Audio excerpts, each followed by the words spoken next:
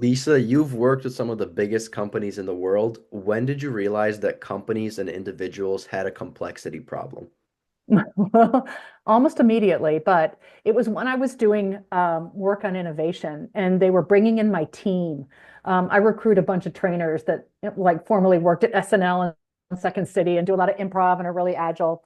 They were giving my team a hard time when we were trying to do innovation training because, they asked us to come in and drive creativity and new ideas, but then they were like stopping us from coming up with big things with their teams when we got there. And we were like, what is going on? And when we asked them, they said, we really like coming up with big ideas, but things are so complex here at work, we're never going to get to them. So what I realized was, it's the ideas aren't the problem. It's just people don't have time and space to get to them. So simplicity is really the first step in innovation. And people don't realize that. We have to simplify more so we can think. Okay, from the macro, from all these companies, is this thing fixable? Getting rid of the complexity? Yes, it is. I mean, we've seen it, right? So we go into companies all the time, Fortune 500s. My company, FutureThink, that's here in New York City, we go in and we actually do simplicity diagnostics and we figure out if it's organizational complexity or individual. Usually it's individual stuff like meetings and emails. And then we give them tactical ways to change behaviors. Because a lot of times, complexity happens because of habits, like old work habits that people just assume that's the way we've always done it, so we can't question it. And just by giving them permission to like kill stupid rules, for example, people are they're transformed, but they just had never thought about it because they're busy and they didn't think they had permission to do it. But I don't know a single boss that doesn't want people to get rid of complexity. So it's a win-win, and you can do it. You can start today. Sure, yeah. I remember in your book, one of the like number one things that I took away from it, the thing that stuck out with me was in like the first half of the book, you were talking about how complexity oftentimes is like individual problem, but more specifically like an emotional thing. Like people feel that their bosses. I think the example you gave was how this company had like six KPIs that they wanted to measure. They wanted to reduce everything, and people started to like have problems with it, and they realize that okay, there's these six KPIs, but maybe like it looks bad on my part that I'm not doing my thing, so they want to add more KPIs and more things to measure, and then they think, their boss are gonna be mad at them, etc. So how do you recommend that like they escape the emotionality and the fear of maybe like, oh, I don't want to get fired, I don't want this to look bad on me. Yeah. I mean, that's the thing I say about complexity is we often create the beast that we become a slave to. Because with the best of intentions, we Frankenstein things because we're trying to move fast or we're scared that if we don't do more, we're not valuable. And so one of the things that we do to get rid of the fear, we actually say this to bosses, is we say it's not just about improving a process. That's removing the friction. It's about removing the fear by you, the leader, modeling the behavior. So for example, don't just tell your team to say no to meetings. Like, yeah, that's easy to do. But if you still go to every meeting, they're not going to do it. So you have to actually model the behavior, even if you're a project leader, you don't have to be the CEO. You've got to show the team that when you say this is what you want, you have to model it too, because they're looking to you for permission. That's how you change it. Okay. But yeah, that does make sense. Okay, that's awesome. As far I know, you talk a lot about burnout. Could Yeah. you explain what your biggest problem with burnout is? Just kind of introduce the audience. Well, actually, I'll tell you what my biggest issue with complexity or simplicity is that people think simplifying is just about being more productive and being more efficient. And that's kind of offensive to go to somebody and say, I need you to simplify because I need you to be more productive. I'm very productive. I just don't have enough time. And the real implication of simplicity isn't that it gives you back more time and makes you more productive. It lessens stress and it gets rid of burnout because you're focusing on things that matter. So that's the thing that I think is really important for management to remember, which is, there's an epidemic of burnout right now. 8 out of 10 people are reporting that they are burned out at work and they are thinking of leaving. So, if the economy will let them, they would go. But if they can't, they're doing this kind of presenteeism. They're not engaged. Simplicity lets people focus on work that matters. And, people will work really, really hard if they think they're doing something meaningful. You'll work all night for it. But if it's something that's not meaningful, that's where burnout happens. Simplicity can fix that. That's all. That is a great answer. So for people that might be running a business or maybe individuals in general, how do you recommend that they can maybe recognize, oh, I'm this person, I have this problem? Well, the way that you can recognize if you have complexity is, well, first of all, are you burned out? Because that means there's too much work.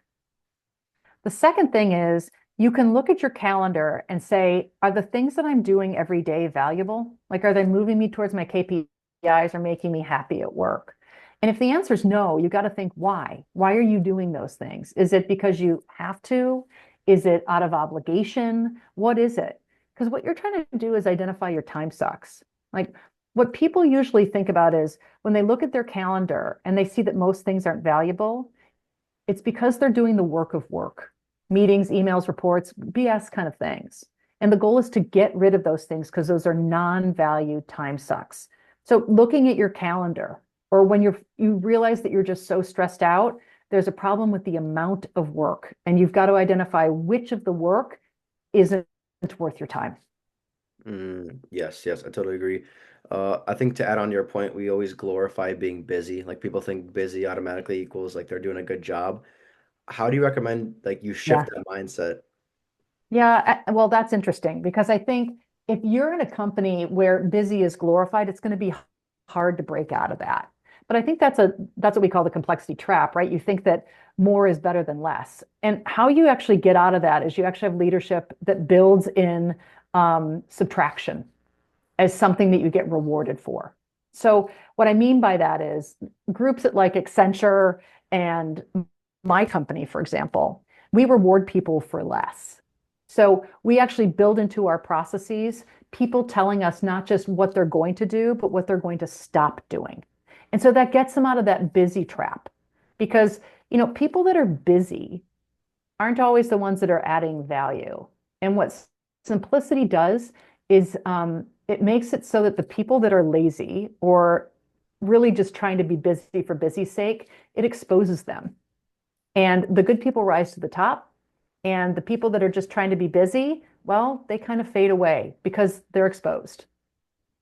Sure. Who do you think are some people like, I don't know, business leaders, CEOs that you think people like maybe like myself can study just to see like a role model that I can play off of? Like somebody that's very productive that actually gets real good work done. Anybody that you recommend? Oh my gosh. Yeah, there's a lot. Netflix, for example, they rolled out a Make Meetings Matter campaign across their company that was all about leadership saying, oh, I get it. It's not just about perks, because that's kind of the BS around work. Everyone thinks they give these perks, but people don't care about perks if they're doing bad work, right? So I think Netflix is a really good one because they told people to get rid of meetings. Another one is Kickstarter. So they have this whole process that they call time crime.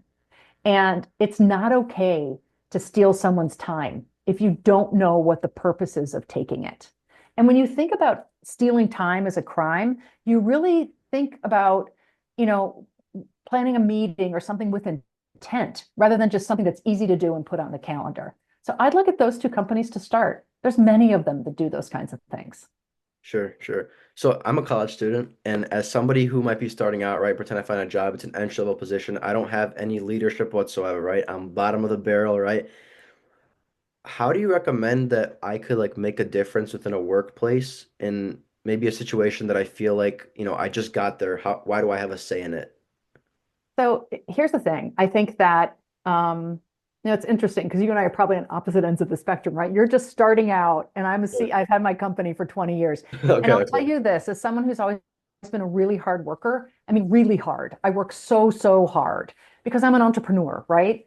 But it was really busy, really easy to burn out. And I think that it's really trying to figure out what do you want to do? What's the work that really gets you excited? Because then you'll really put your heart into it. But no matter what job you do, frankly, the way that you get ahead is by helping people get things done. That's what people want. Bosses don't want people that are sucking up or whatever. They want people that can get stuff done. And if you're the kind of person, frankly, this is where simplicity comes in. If you can come in and identify things that aren't working or that are a waste of time and get rid of them or fix them, bosses will love you. They will love you because they're removed, right? They don't know the time sucks that are happening. And if you're the person that comes in and says, I can streamline this, I can kill this and do it better, I can combine this, they will promote you faster than other people. Okay, that's a good answer because I've always wondered that, especially yeah, somebody who's trying to kind of get more into it. As somebody who works with like top executives, I mean, you're successful yourself. Are there any traits that you see people that are very successful from a leadership perspective like have in common? Well, there's a lot. As it relates to simplicity, it's that, they're bold. They're not afraid to do less. And what I mean by that is um, they're okay with streamlining things. They're okay with getting things that have been in place for a long time. And that's a really bold thing to do. The other thing is they're not, this is rated, but they're not afraid to challenge the status quo. It's really easy to move up through the ranks just by doing the right things. But you can move up the ranks faster if you do the new things, if you challenge things, if you create something new, because that's where growth happens. So if you think about that way, being bold and challenging the status quo, to me, those are the biggest things. The third one I'll add though is the best leaders are curious. And curiosity is really important with AI. You can get any answer you want with AI, but the best ones are with the people who write the best prompts. And the people that write the best prompts are the ones that are the most curious, right? They ask the best questions. So if you know how to do that, you're going to win. That's a very good answer. That's a very good answer. Mm. Would you say that there are any common myths about success that kind of leads to over complexity? That's interesting. Well, I think success can be pretty simple if you know what you want. So, that's the problem is that I think when you're younger, especially when you're in your 20s, you don't know what you want, and you probably shouldn't because you want to try a whole bunch of things. I never thought in my 20s that I was going to be an author and a speaker and an entrepreneur and a futurist. Like that wasn't even a thing. But all the things that I experimented with helped me get there. But then when I did figure out what I wanted to do, at first I made it too complex. I wanted to do everything. When you figure out what you want to do, you should focus and get really good at that. And Sure. so I think that's where people make it too complex. So just start figuring out what you want to do, and then you can focus and simplify. Sure. And I guess to that point as well, I think the more experience someone has in something, the easier it is for them to do and the more simple they can make it. Because I feel like you have to know like the prerequisites, quote unquote, of something in Mhm. order to know what goes into it and then see, okay, I don't need this thing. I don't need this thing. So let me try it without it and see how that works. That is well said because I think that's, first you got to try what you want, right? It's like experimentation. And then when you know what you want to do and focus, like for me, it's writing. I'm a decent writer. But I started writing a lot of different ways. And then when I figured out what my formula was, I can be really efficient and I can crank stuff out now because I know what works for me. But it took me a while to get there. And as soon as I did, then I can get like what you say, which is mastery. I can do it over and over and over and over again and keep refining it and tweaking it and getting it better. But I'm no longer distracted by trying to do everything. And that's different. Sure. And I think that's also something I've noticed, like with even businesses, a lot of the hardest things in the very beginning because you have to figure your stuff out. But then from Mhm. there, it just gets easier. And I Mhm. think you have to get over the little hump of like failing repeatedly and just having to Yeah. stick with it. And that's how you get there. Yeah, that's awesome. For Yeah, somebody I that- agree. sorry for interrupting you, but for somebody that's listening that might want to start like, subtracting from their life and starting to simplify, is there anything like a way they should start or something they can do that you feel like a lot of people struggle with and they can just it applies to a big majority of people? Yeah, I always talk about looking at what your time sucks are. And the reason I say that is, everyone always says, oh, life's so complicated. Oh, I've got so much to do. And then I say, well, then what do you do? What do you spend your day doing? Seriously. And I think when you actually look at it and time block it, there are places that you can save time or get rid of. So I would actually do that. I would say, I would really do an audit of your life and how you spend your time and see what could you stop doing. The other thing is going to be having discipline. So, for example, here is somebody who is excellent at simplicity. I am really good at it. And you know how much time I waste on social media? It's ridiculous.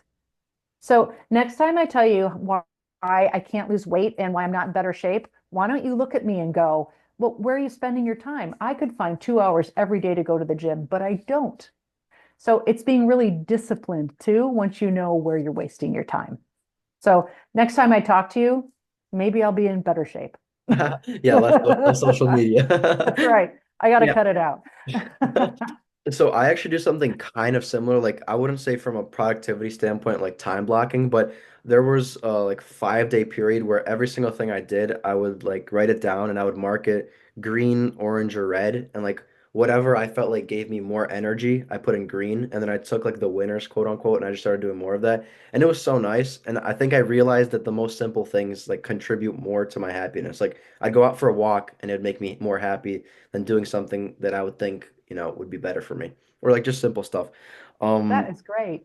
yeah, yeah. And also, I resonate with what you're talking about so much because I keep hearing the notion like people always want to add like productivity routines or stuff, but it's not about adding productivity, but reducing the things that you have to stop doing. Oh, I have a lot to say about that.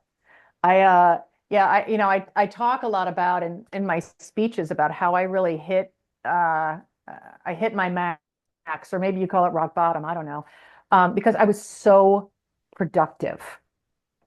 But the thing that I think is so hard and so BS about a lot of the productivity gurus and time management people is that their philosophy typically is to double down, right? Get more organized. There's no amount of color coding on your calendar or making better to-do lists. You can't spreadsheet your way out of it because there's not enough time. So it's not about doubling down and doing more. It's about figuring out value, like what you just said with the kind of traffic light approach. So I really have a problem when productivity people are like, just get a meal plan on Sundays, and then you got to get up earlier, you got to do it at 4 a.m., and you got to do that. Like you're going to be exhausted. That's not how you live your life. Yeah, yeah. And I've even gone through that myself. Like I've definitely woken up earlier, done that, but it's like it's funny because I'll wake up earlier just to take a nap later. Like it's literally the same thing.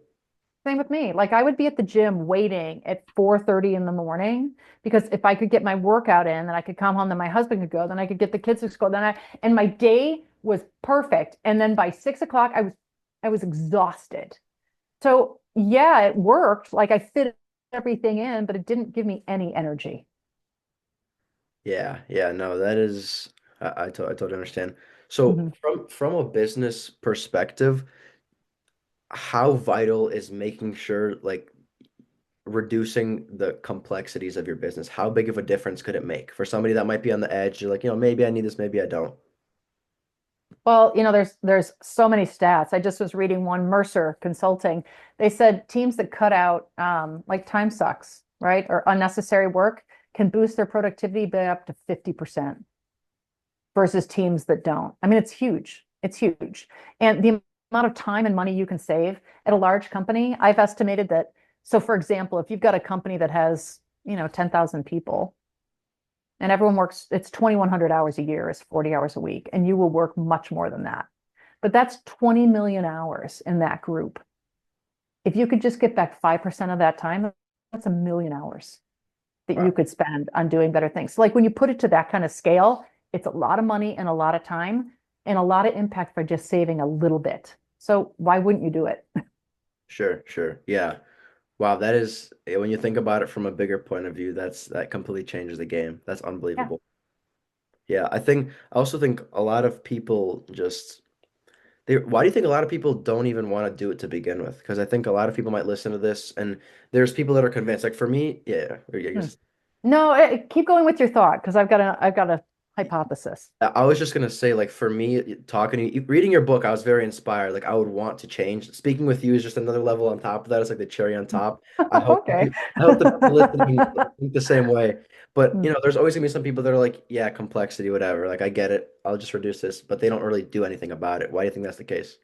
Inertia. I mean, I think habits are hard to break, but I think the first thing when you look at people in like in corporate America, for example, they don't do it because it's not part of the corporate values, right? You get rewarded for more, and they don't realize they can, right? It's always about addition. It's not about subtraction. And so until we kind of build that into our mindset or our corporate norms, people aren't gonna they're not gonna think about it. It's not that they don't want it; it just doesn't come to mind. So, if you introduce it, like I'm going out to give a keynote to Zoom actually, Okay. um, next week. And they're all over it, man. Everyone at the company had to read my book, and which I didn't even know. It was fascinating. And they are key to productivity, right? But they too drown in a lot of complexity. Every company does. So what was fascinating is when I talked to people there, what was enlightening to them was that they didn't realize they could simplify. It just didn't cross their mind. And I thought, God, that's so interesting. We just don't think that way because we're busy. Sure. That's why we need people like you, Lisa. I hope. That's great. All right, and one last question I had for you, and this is something I've actually personally wondered myself. So it's emails. I know you love talking about this, but so I'm just trying to wrap my mind around this. So if pretend I have a job, right? And I have a lot of emails coming in, and I've actually thought about this for my future, how I would work around this. If I have a lot of emails coming in, I feel kind of obligated to answer them, right? People are reaching out to me, they want my help, they might want whatever, something for me. How do I manage that? How do I make sure that I don't keep getting my time sucked away just by typing computer emails that don't even matter? Yeah, well, there's a bunch of ways you can do it. But I mean, first of all, it's not just going to be emails, it's going to be Slack, it's going to be Teams, it's going to be so that's one of the issues people have is it's coming in from multiple places. They're texting you. I still call people, which is so old, so Gen X. So like, because I'm just gonna solve this right now. Um, so I think it's kind of figuring out how you use each channel, right? Like we like to say, phone is for immediacy, emails are for information, and meetings are for decisions. So you kind of like figure out why you're using it. But I think that the key thing in email, if you really want your emails to be read, is use something called BLUF, which stands for bottom line up front. The best people who get their emails read, they follow something in the military. BLUF stands for bottom line up front. And that means every email or your subject line, you open up with your BLUF and you say, what do you want? And then you unfold it from there. Too many people build up to their point. Get to the point, and then people will read your stuff faster. That's one way to get your stuff heard. The other thing is you should time box it, or you should figure out filters to really weed through what doesn't matter so the best stuff rises to the top. You can get to your junk stuff later. Sure. All right. Beautiful answer. Lisa, thank you so much for your time. I really Thank appreciate it. you. I look forward to having you on again some other time. This was great. I really enjoyed myself. Where I can love people it. find you at? Go to futurethink.com or lisabodell.com, or find me on LinkedIn. I hope you'll link in with me. That'd be great.